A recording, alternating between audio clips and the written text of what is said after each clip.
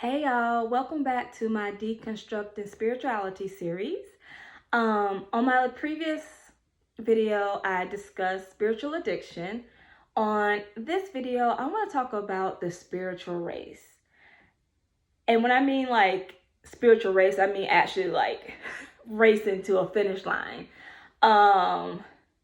There's no gold medals or any type of medals when it comes to our spirituality or our spiritual journey. It's really, the destination doesn't matter as much as the journey, as cliche as it sounds. The reason why I'm talking about this is because I've heard so many people say who goes through a traumatic experience, and they're like, you know what, I want to be healed by the summer. Well, all this happened in February. Like, how do you know what's going to happen between now and in the summer? Like, life still happens in between healing and traumatic experiences. And I think sometimes we want to use spirituality to expedite experiences and expedite healing and all that stuff. Well, spirituality isn't FedEx. It's not UPS. It's the work that you put into it, and that including least resistance and allowing things to happen and not putting things on a time frame. You don't know how the process is going to look, and you're trying to control it.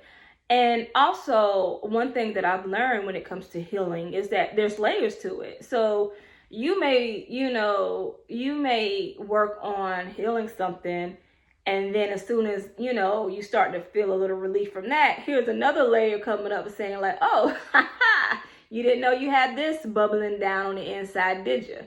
That's how trauma works. It really is gotcha.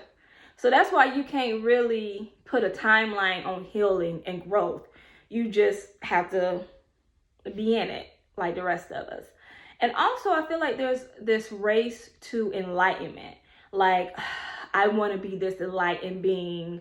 I want to be this spiritual entity. I want to be a high priestess. And that's fine. But you want to do it in 90 days or less. And it's not about being perfect in these roles, but it's about having awareness and knowing when to self-correct and all that stuff. And a lot of stuff, comes with time, and you have to be patient with it and allow it to come to you naturally without forcing it, because at that point, then you're not being authentic to yourself, and you're not being authentic to your journey, and that's not fair. It's not fair to you during this process. So yeah, like, slow down.